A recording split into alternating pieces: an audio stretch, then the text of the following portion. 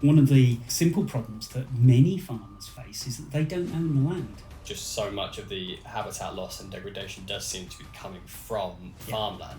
Your average farmer is very undeservedly demonised in terms of the amount of public goods that were generated. No, wasn't very good value at all. Unfortunately, it's quite literally bankrupted the country. I'm not prepared to risk the future on some crazy assumption. Hello and welcome back again to this episode of the Marginal Babble podcast. In today's episode, I sit down to talk with Dr. Ian Bateman OBE out of the University of Exeter's Business School to discuss modern agriculture and its effects on British and global biodiversity loss. Ian is an environmental economist whose research relates to ensuring sustainable well-being, particularly with regard to decision-making and policy. Ian is also a member of the Environmental Council advising the Scottish Government and was awarded his OBE in 2013 for services to environmental science and policy. As ever, reference research material is included in the description down below, and without further ado, let's get into the episode. Enjoy.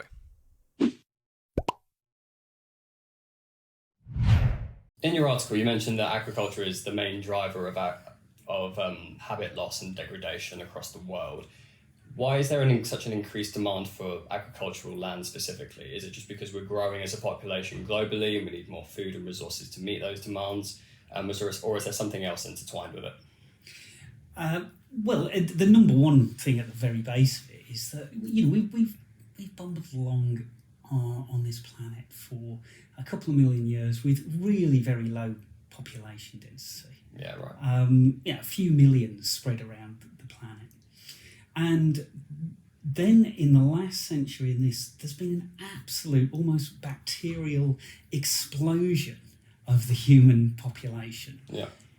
It really is what we call an exponential curve. It just shoots up into the air. And you've gone from population measured in tens or at most hundreds of millions to now billions of people, thousands of millions of people, 8,000 million people at the moment. So that's the number one driver.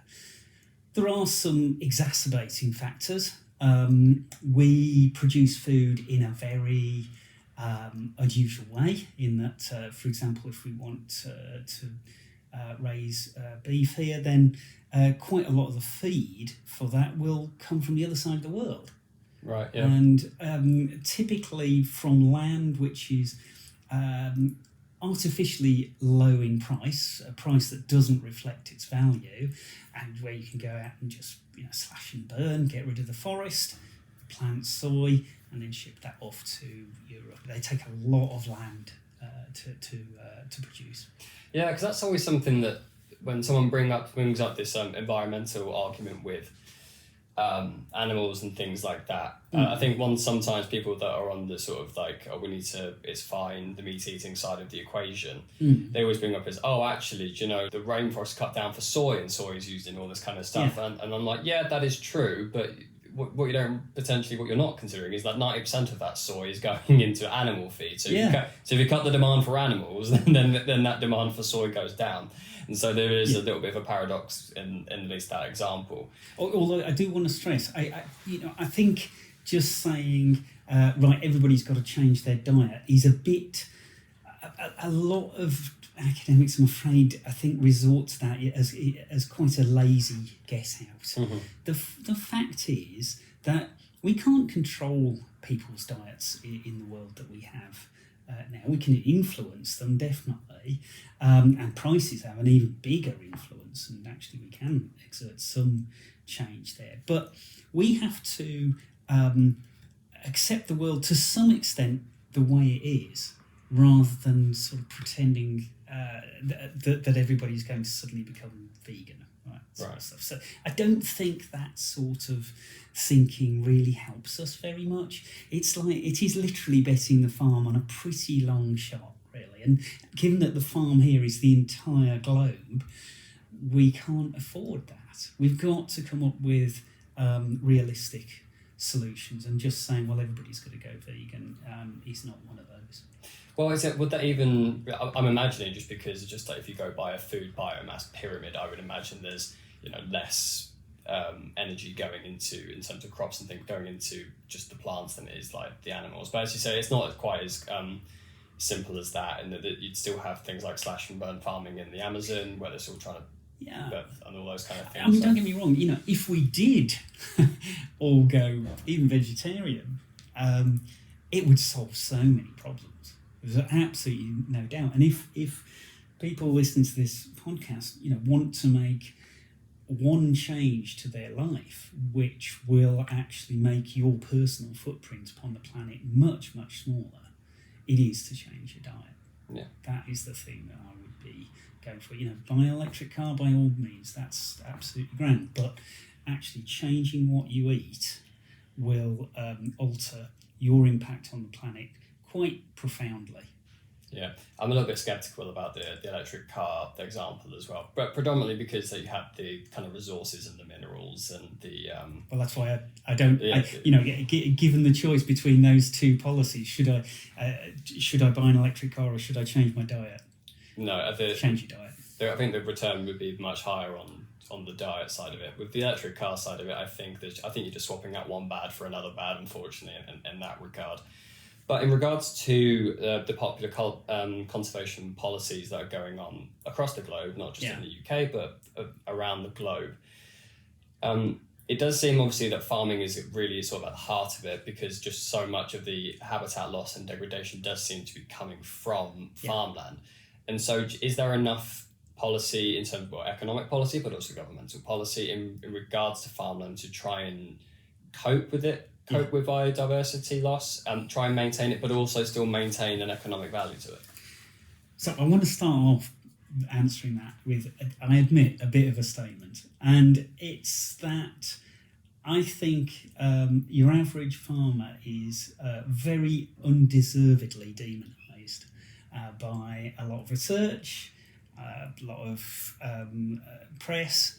The farmers that I've met, the large majority of them, not all of them, but the large majority of them are not particularly well off, not owning massive amounts of land. They are trying to make a go of some very challenging circumstances, making some of the most difficult decisions of any business in the world.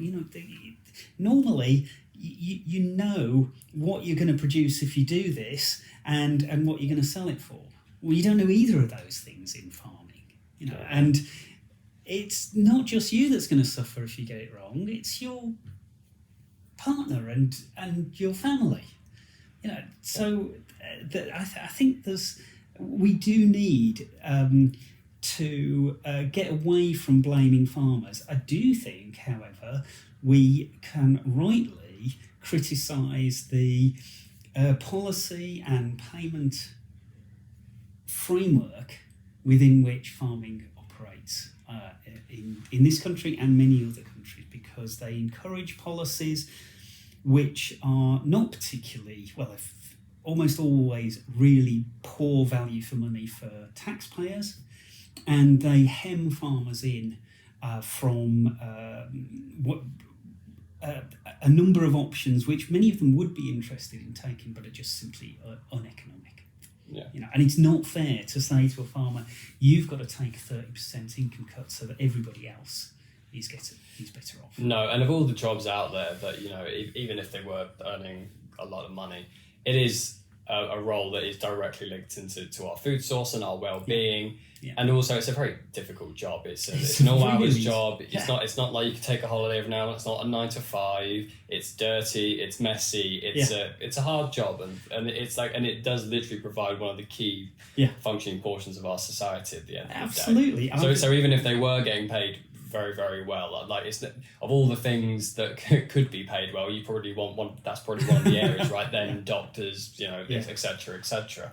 So even if they were, I think that's an argument. But I don't think they definitely don't get paid for the amount of time and effort and absolutely. I've spent most of my life now living in agricultural areas, and I won't say I know huge numbers of farmers, but I know a small number of farmers pretty well.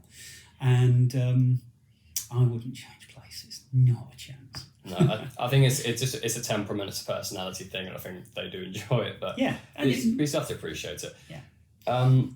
Yeah, so I think one of the things I've heard that farmers talk about is that we need to be paying more for our food if we want to increase the quality of it, if we want to really sort of put money back into things like biodiversity, because they're as well, the farmers are really, even in and around farmland, there's bits of wooded area, there's the farms themselves.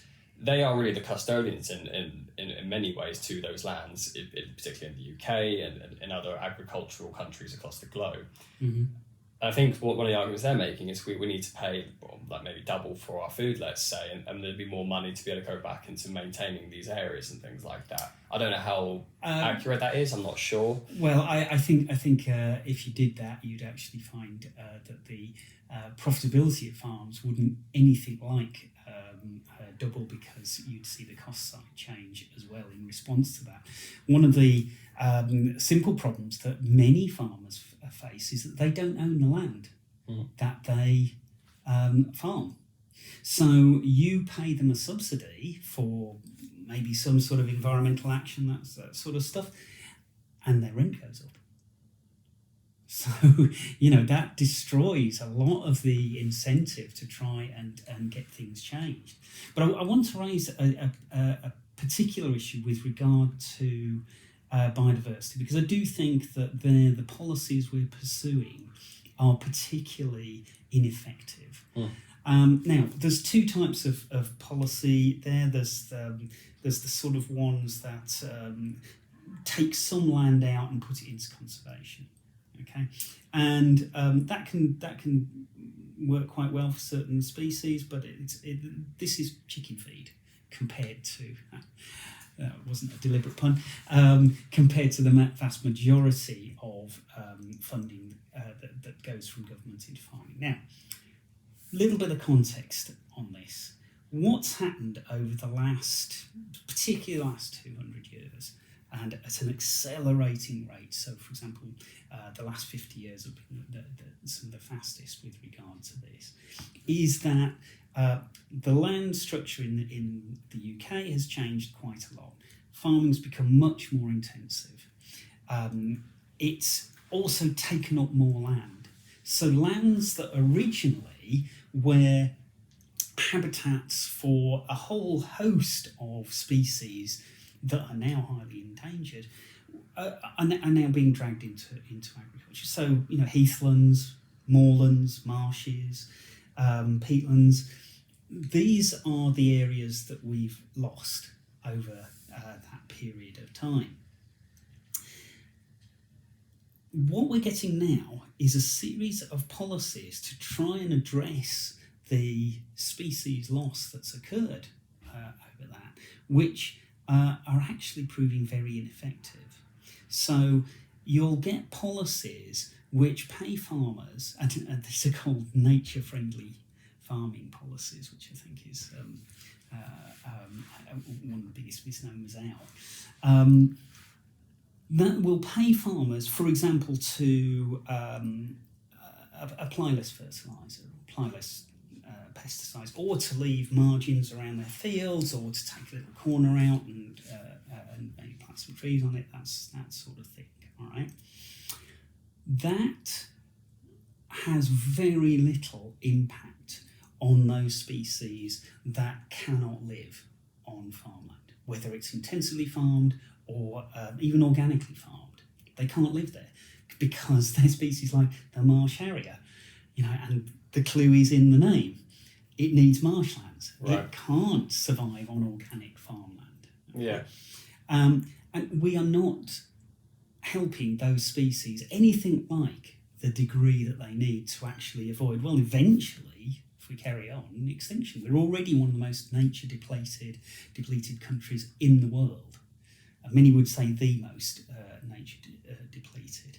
So you've got a lot of schemes which do very little for the real endangered species in this country. They do help common species, okay, and not to be too facetious. They're great. If you're a pigeon, they're great, absolutely fantastic.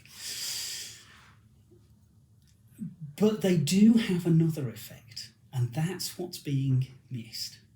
When you reduce the amount of land that you're farming, or the intensity with which you're farming it, there might be some good aspects to that as well. But one of the other factors is you reduce the amount of food being produced. Okay? Right. And the reduction can be quite dramatic. So if we took the whole of the UK into organic production, estimates are that food production might fall by as much as 40%. Yeah. That's a lot of food. That's on the supply side. On the demand side, in a country like the UK, it has almost no effect at all. In other words, we still eat the same amount of food. So where's that food coming from? It's coming from somewhere. It's obviously not coming from these areas, so it's coming from somewhere else. And a lot of it is coming from imports. So you reduce your amount of production here in the UK, and yes, you get some more common species, but you don't get the real endangered stuff. And you increase production overseas. And unfortunately, the sort of areas that we import food from, including areas that are very cheap, such as the Amazon. Very cheap land. Just burn it down. There you go. Grow soya for beef, that sort of thing. Southeast Asian rainforests. Burn that down. Off you go. You can grow palm oil, that sort of thing. But, of course, that destruction of habitat is damaging the species in those areas. So what we're getting is, in the UK, more pigeons, that sort of thing. In Brazil, less giant anteaters. Southeast Asia, less orangutans. This is pretty bad. This is a very bad trade-off. Right. So we have to stop this approach. We have to start thinking about the whole effect of our policies, not just the effect right in the field that I'm looking at. Yeah. Think about what's happening outside as well. Yeah, because it sounds as though almost the policies that are in place, but for example in like the UK, but maybe in some other places as well, Europe. Europe. There are policies in place, and they are helping potentially more common species and in terms of diversity. But because they're more common species, they're not necessarily the ones that really at the most risk. It's those endangered animals. It's the diversity of species like orangutans in East Asia. So it sounds as though that these policies are actually quite expensive and actually maybe not giving us the result that we really need. Absolutely. Yeah. And I will, just to, full disclosure, I will accept that the way things are going, species that are common now won't be common in the future. Right. Okay. So that's how bad things are. Even on farmland, you're still seeing a decline in farmland birds, which is not a good sign. Yeah. But it's this out of sight effect that I want to sort of emphasise today. Yeah. This effect that occurs when you focus your attention on one area and you just look at the effect of your policy on that one area, and you ignore the fact that this is a connected world and it will have an effect somewhere else. Reducing food here doesn't change the amount of food that's eaten here. Mm-hmm. So it's coming from somewhere. Right. No, that's completely fair. I mean, the follow-up issue really with that is, quite frankly, that as you pointed out quite eloquently, is the fact that when is the price, well, not necessarily price, but it's also it's really the supply. I mean, a reasonable example of this in terms of recent memory, although it was definitely intertwined with a lot of other factors as well, was Sri Lanka. Sri Lanka made a big fuss and a big thing about, right, we are going to be an organic, natural farming country. Every single thing, we're going to be 100%. Yes. On all that. And in concept, it's one of those ideas where in concept it sounds great, because particularly it's a tourist country as well. Right. People are going to want to go there and eat organic foods and things like that. On paper, it made a lot of sense. Unfortunately, the problems, as you quietly outlined, because the production was so reduced, and because they couldn't necessarily rely on imports, because the other main factor at that time was COVID-19, loss of tourism. Tourism is a massive deal in Sri Lanka, obviously, but and also they're not as rich as us. No. So they're more susceptible to shocks like that, and unfortunately, it's quite literally bankrupted the country. Multitude of factors. Maybe COVID was more important than that, but certainly, in that period. Yeah. But certainly, the move to organics was a significant contributing factor. Yeah. So it does identify the fact that, there is definitely an identified risk and concern around biodiversity loss, but we do have to weigh that up against obviously people and economic factors as well. So the question I think I'd sort of pose to you really is there a way that we can better manage current conservation policies alongside farming policies so that we are getting a better bang for our buck in terms of input to output? Yeah, no, definitely are. And first of all, I want to rule out a few policies that would definitely work, but I don't think they're socially acceptable, like mass genocide. People, which it's not a popular move. There is one of the roots, which I said at the start of why we've got this problem, is there is a heck of a lot of people on this planet. So I'm going to make the decision in thinking about solutions that mass genocide is not one of them. So people say, well, we've just got too many people. Well, we're going to have to work within that. Yeah, I'm always sceptical about where that thought goes. Okay, when people say too many people, look, okay, I get it, but at the same time, where are we going here? Yes, it's not a good scenario in the future. Other ones that I'm not really very interested in, again, which you already talked about, is everybody goes vegetarian or vegan. Yes, that would be great. And I do actually think we should be having more general discussions and information for people about the other benefits of changing their diet as well, because there's no doubt that over-reliance on meat in your diet actually is not particularly good for your health as well. But I'm not prepared to risk the future on some crazy assumption about how people are going to change their diet. So what we have to do is to move to a way of making decisions which consider all the consequences of those decisions. Now, you would think that that's the way we do it already. It's not. It's absolutely not what we do. We have this real tendency, this sort of focusing problem of looking at the immediate impact on the immediate area that we're acting on. So we have a policy for conservation in this particular region or country. So we just look at conservation. We don't think about how is that going to affect conservation, food production, that sort of stuff elsewhere. So we have to move to a system of making decisions which consider all the consequences of those decisions. It's pretty difficult to argue against doing that. In fact, not doing that is exactly why we are where we are.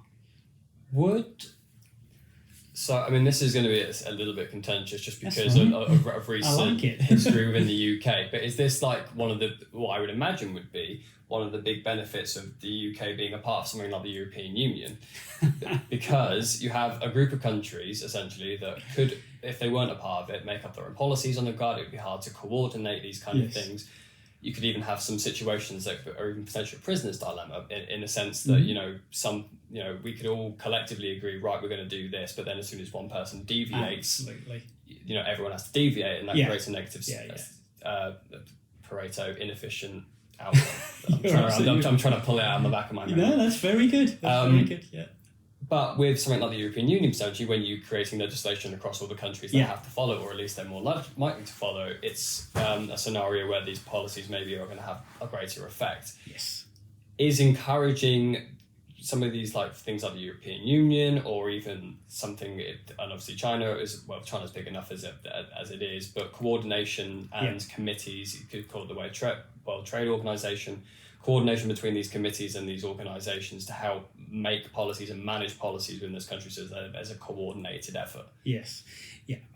you're absolutely right to raise this thing called the prisoner's dilemma. The prisoner's dilemma is a situation where classically two or more parties come together, and if they act together, they will both come to a better situation. Right? Now, unfortunately, one of those partners realises, actually, what would be even better is if you do the right thing and I don't. Classic example is let's cut emissions in cities. That's quite a topical one at the moment. Right, so I think you should stop driving your car into the city. Yeah. All right? Walk or go on the bus or something like that. Yeah, that's going to be... Everybody does that. That's going to be so much better for society. However, I'd rather that I drive into the city because it's even more convenient. I can park right in front of where I work. It's just going to be fantastic.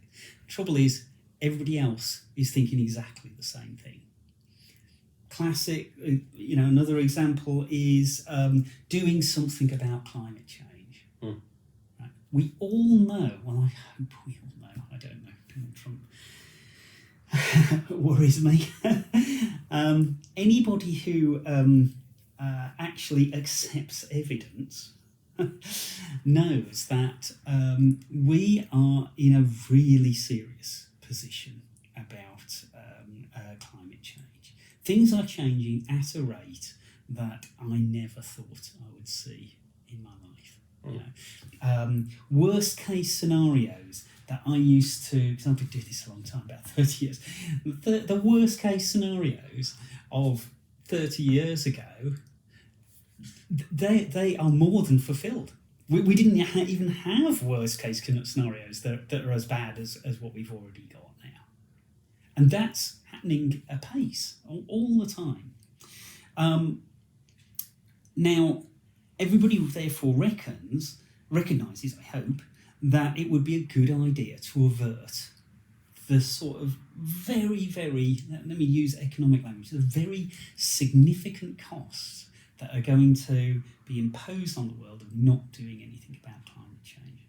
And that's a sort of euphemism for many people dying, large majority of the population living in much lower welfare than they would do otherwise. So everybody kind of recognises this, but what would be better for me, as let's say the UK, is if we don't do anything about climate change and you, as the rest of the world, do. And that's the problem that we're all in as a planet. Right. Because we're all in that situation and everybody thinks, maybe I can just drag my feet a little bit on this one. Getting together with other countries. So suppose that there was actually some sort of mechanism, some amazing sort of union, which actually brought together Britain with other countries in Europe. I think whoever thinks of something like that's a great idea. We ought to try it sometime. That would produce outcomes which were actually, in the end, lower cost for absolutely everyone. Yeah. And much higher benefits. Yeah, I think there's definitely that any type of those situations where you have coordination and cooperation. I think it obviously helps to implement those policies and make better policies that are actually effective.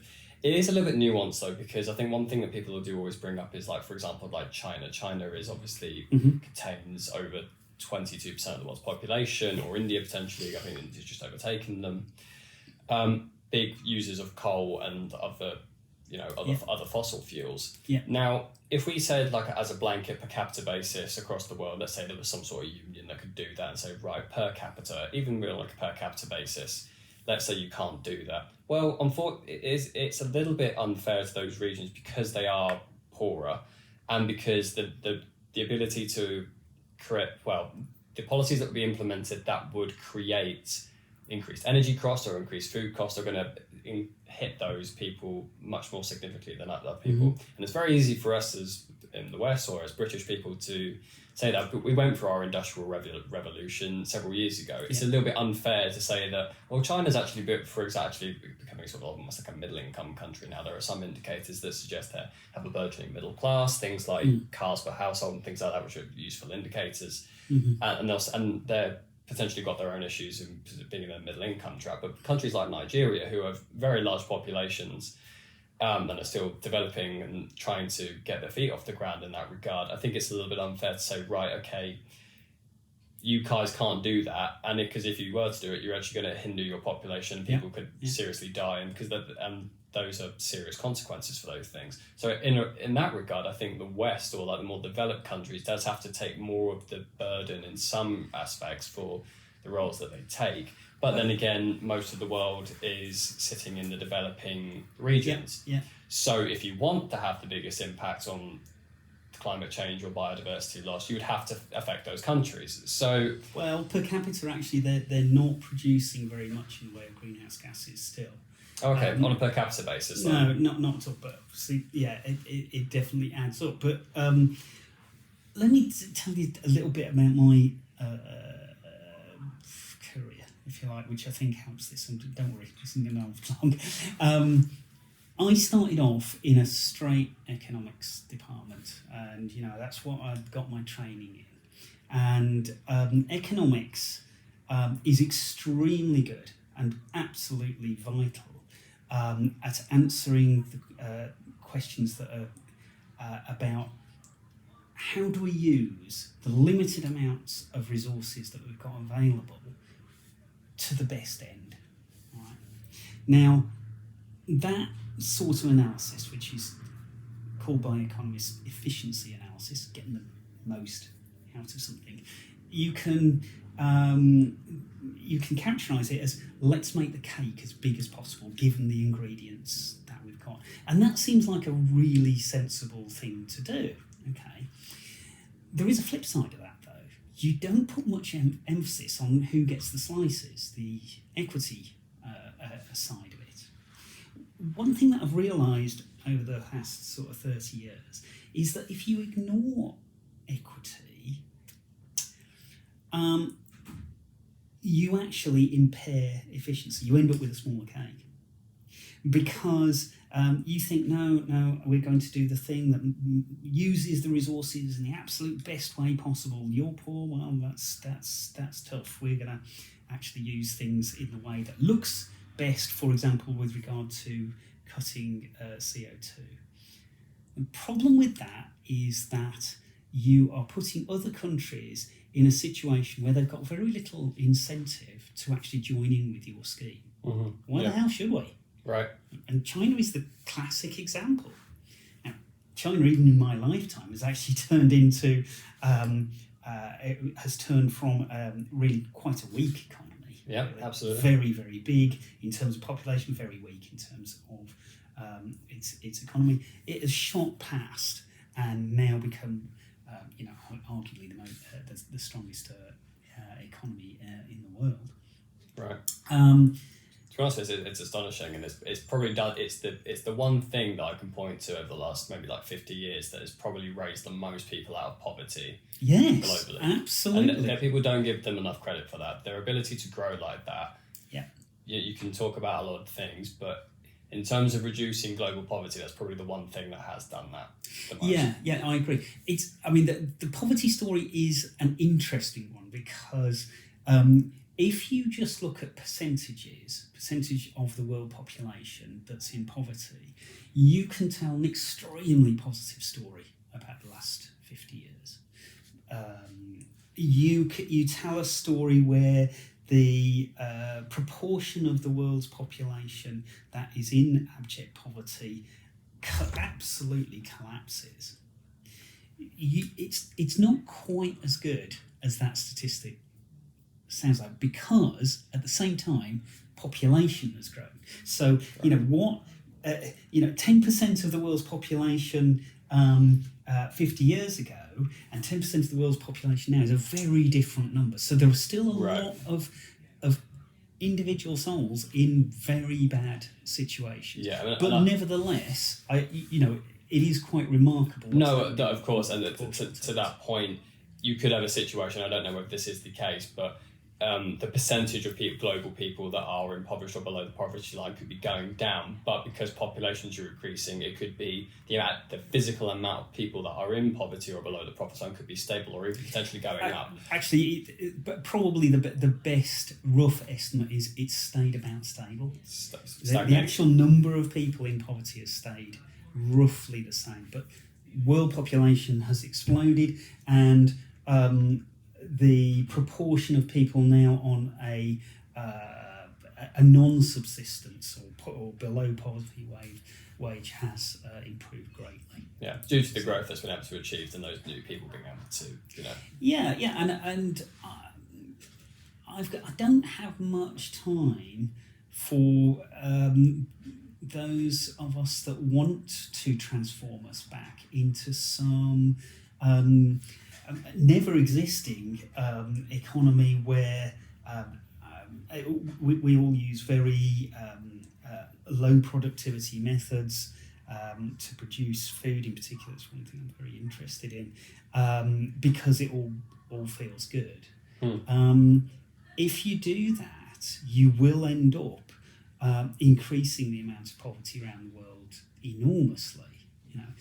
It's still too many, and we still, I feel, as humans, have an obligation to do something about that. And the fact that many countries, and I'm afraid to say including ours, have cut our aid budgets over the last few years is shameful, absolutely shameful, and very, very counterproductive.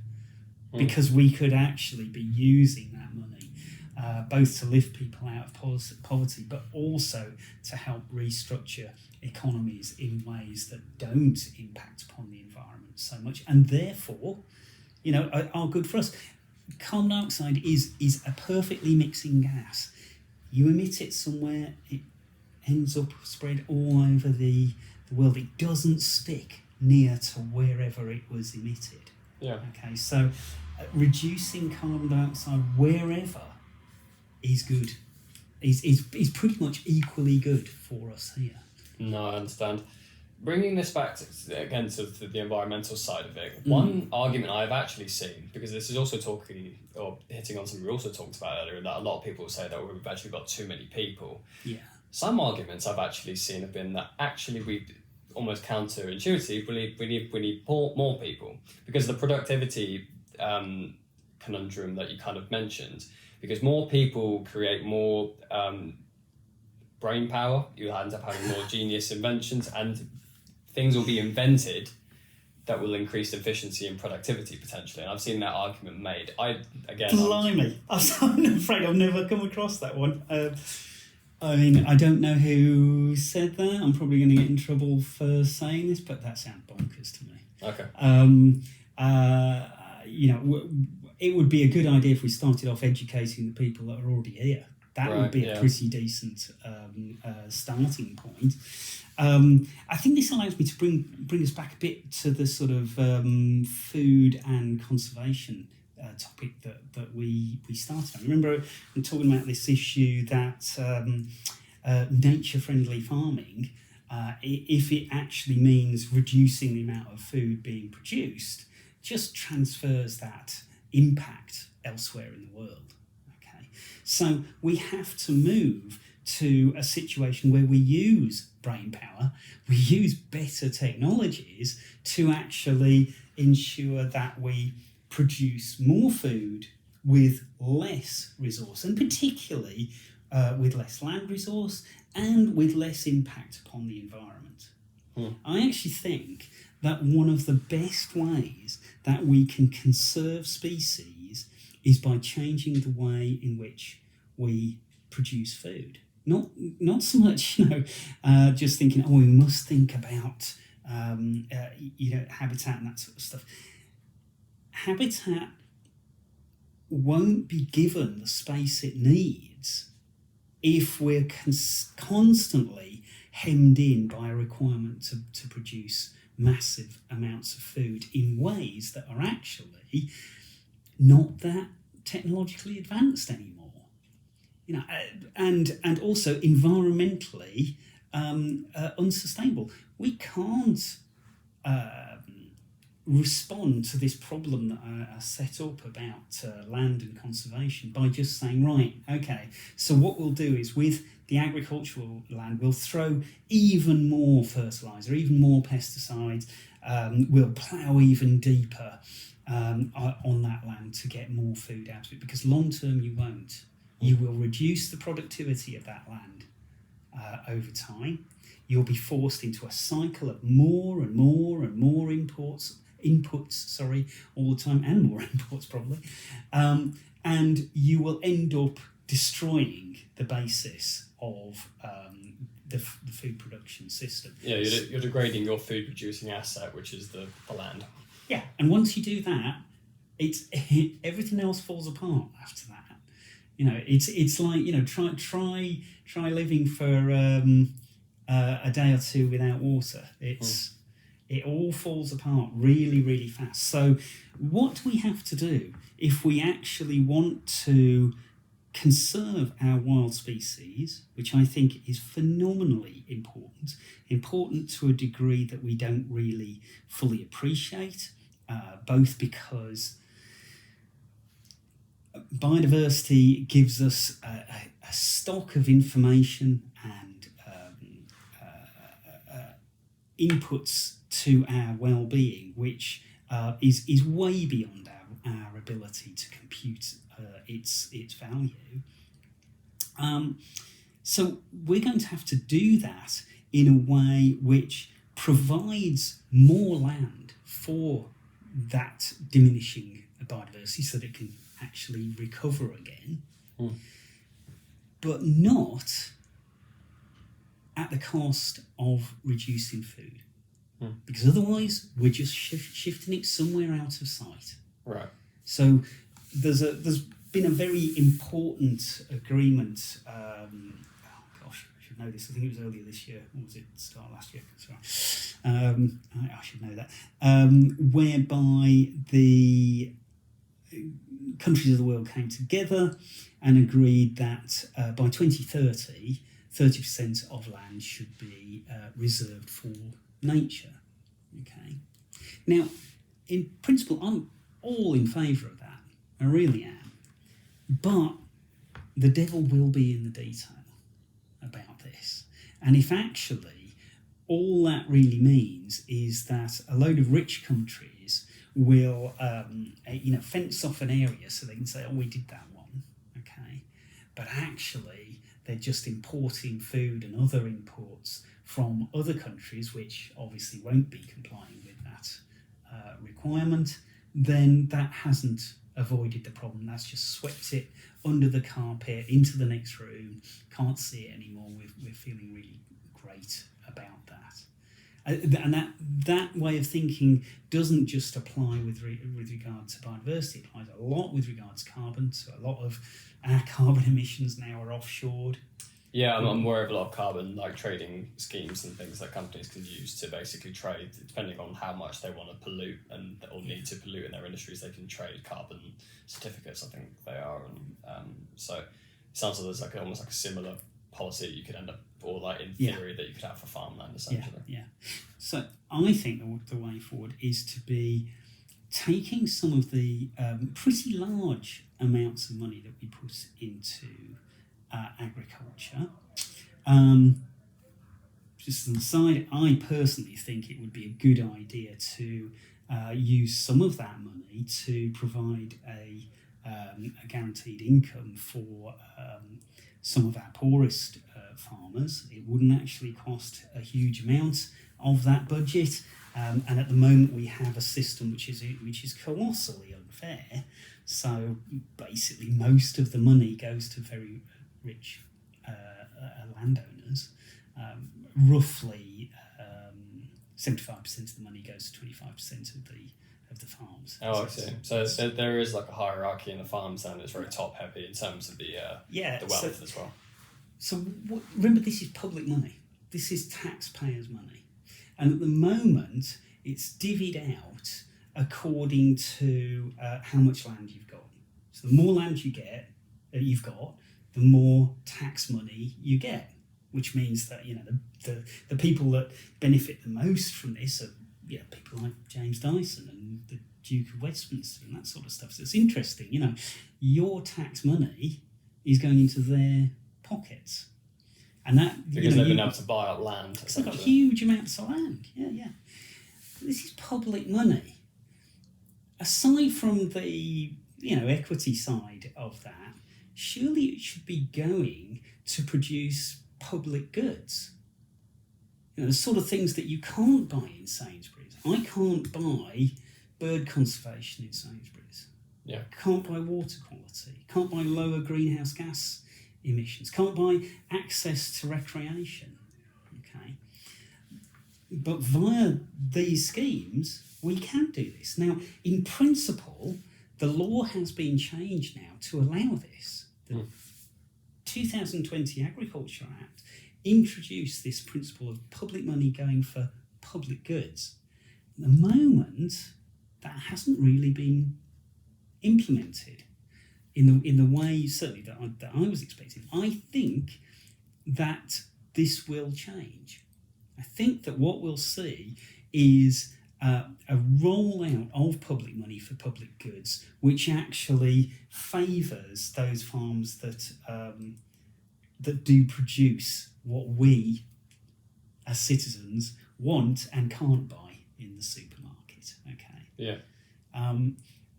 It shouldn't actually, in my view, be going to boost the profits of these very large landowners. One of the things it can do, though, is help support technologies which can produce more food in smaller areas with lower environmental impact. With one proviso, I think what we should be saying to farmers is, right, we'll fund you for this. We will help you do this, and you'll get more food production out of this, and therefore you'll make more money. But we want something in return, and the thing we want in return are public goods, such as we want some land for nature. We want to see less runoff into rivers. Yeah. We want to see lower greenhouse gases. And that to me is a perfectly reasonable trade. I'm coming to you with money. Yep. You're a farmer. I'm saying, right, I'm happy to give you this money. In the past, I've given it you really for very little return. Yeah. Now I'm saying, right, I'll carry on giving it you, but I want these things in return. Right. And would you mitigate those depending on the productivity of the farms themselves? Because obviously, like I said, there are poorer farms that maybe that it would be trickier for them to be able to implement those things. Yeah, well, as I already said, I would like to see some of this funding be used to actually lift the poorest farmers out of poverty, so that because there are really poor farmers out there. There are some farmers still that would be better off giving up and, as we used to call it, going on the dole, basically. I don't feel that that's how the countryside should be supported. But that's a relatively small proportion of the roughly 3,000 million that we give to agriculture every year for that. I think the rest of it should actually be to actually enter into partnerships with farmers where we support them in ways like high technology farming, which will make them better off. So I'm not asking them to do this for no personal gain. I'm very keen on incentivising people to do things, but in return, I want something as the taxpayer. Yeah. And moving slightly away from the UK and over to the EU, as you mentioned, with the amounts that are spent every year just on the UK and in terms of those farmlands and those subsidies, the Common Agriculture Policy has consistently been the EU's most expensive policy, yes. Right? So it's clearly an area where they're putting a lot of investment in and time and effort in. Are they getting like a reasonable return on their investment there? No. Okay. Really not. No, I'm afraid not. It's nothing to do. There's nothing special to do with the EU here. We weren't getting a good return here either on agricultural subsidies. No, it's not been very good value for money at all to date. As I say, it's funneled most of it towards very rich people. Now, straight away, certainly seems to be an odd approach for a country which in other respects actually tries to change the tax system so that rich people pay more and poorer people pay less. This was exactly the opposite, with the common with the UK's subsidies prior to the 2020 bill. It was almost always the case that the richer you were, and particularly the more land you owned, the more money you got. And so that was immediately a poor outcome from public spending, but also in terms of the amount of public goods that were generated. Wasn't very good value for at all. One of the things that does kind of annoy me is that farmers' representatives, I think, haven't done a good job for poor farmers. I really think they should have done more for the poorer members of their industry and actually helped them more than they have been helped to date. Yeah, so it sounds as though at least prior to leaving the EU, our policies were obviously the same as the European Union's, but have ours deviated in the time, or are they pretty much still aligned? Well, in terms of law, they've changed radically. Oh, okay. Yeah, and really for the better. Oh, so it's a positive absolutely. direction. A lot of the legal roadblocks to delivering public money for public goods have been removed. There's dangers still there. So one of the dangers is that farmers' representatives, I don't think it's I've got a lot of time for the average farmer, I really have, would love us to believe that one of the public goods we should be paying for is food. Okay? But food is not a public good. If food was a public good, okay, a public good is something that I can enjoy without paying for it. So public good is walking in a wood. Okay, that's great. I go there, I get benefits, don't pay for it. There might be some tax support for it, that sort of stuff, but I don't pay for it. The only time that food will be a public good in this country is when I can go into Sainsbury's. I'm not on a deal with Sainsbury's, by the way. So, fill up my trolley and walk out without paying. Then it's a public good. Yeah. What we're doing at the moment is we're paying through taxes and then paying again in the supermarket. Right. That's not a public good. So don't come to me saying that, we have to support food production because it's a public good. And particularly, don't give me this rubbish about somehow that the more that we pay in subsidies, the lower food prices will be. Just think about it, right? I'm the public purse, you're the farmer, all right? And over there, all right, there's a supermarket in France, okay? So I'm giving you British public money, okay? And you produce food. Now, you can sell it. You can sell it to the poor people in this country at a low price. Or you can sell it to the supermarket in France at a high price. Yeah, right. Who are you going to sell to? France. Of course. What we expect farmers to suddenly stop being businesses and suddenly become some sort of altruistic organisation. Yeah. That doesn't make farmers bad people. I'd do exactly the same. I'd be selling to the French, absolutely. Yeah, it's just economic incentives, right? It's just nonsense to say that public money keeps food prices down. Cool. And on that note, as we sort of wind down the episode, I think it's a good note to end on. Do you have any pieces of research that are going on at the moment, or anything you would like to direct the listeners to? If you loads of stuff. I think the one that I'd like to emphasise the most is that we are building an AI decision support system, an artificial intelligence decision support system. Yeah, it's pretty adventurous. When I say we, this is a big team. I can't list all the people. They will know it's not just me. So this is an attempt to bring together all of the natural science, the physical science, natural science, water, ecology, that sort of stuff, physical science, climate change, that sort of stuff, the economics to do with food production, woodlands, even the economics of conservation, and the social benefit that comes out of that in terms of things like food and conservation, that sort of stuff. A model of everything, designed in a way that a non-specialist can use this model to actually say, right, okay, so this is the way the world is now. What happens if I do this?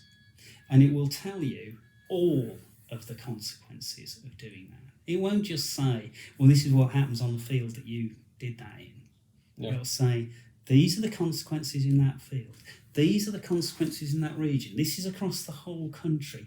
This is across the whole world. Right. These are the effects that you're actually having. We are trying to move away from this focusing problem to actually provide tools to decision makers in government, in business, and in communities that will empower them to understand the consequences of the decisions they take. They still take whatever decisions they want, but now you'll know what the consequences are. That sounds very interesting, and hopefully with AI behind it, it should be able to make some advancements in that area, hopefully. And in fairness of economics, as you kind of said as well, creating a large model of essentially the global economy of those interacting factors is so difficult because it's such a multivariate equation. So if AI can help us with even a small portion of that, I think that's going to be very, very interesting research to look out for. But yeah, so links will be in the description down below, guys. And check the stuff out. And thank you for joining me today, Ian.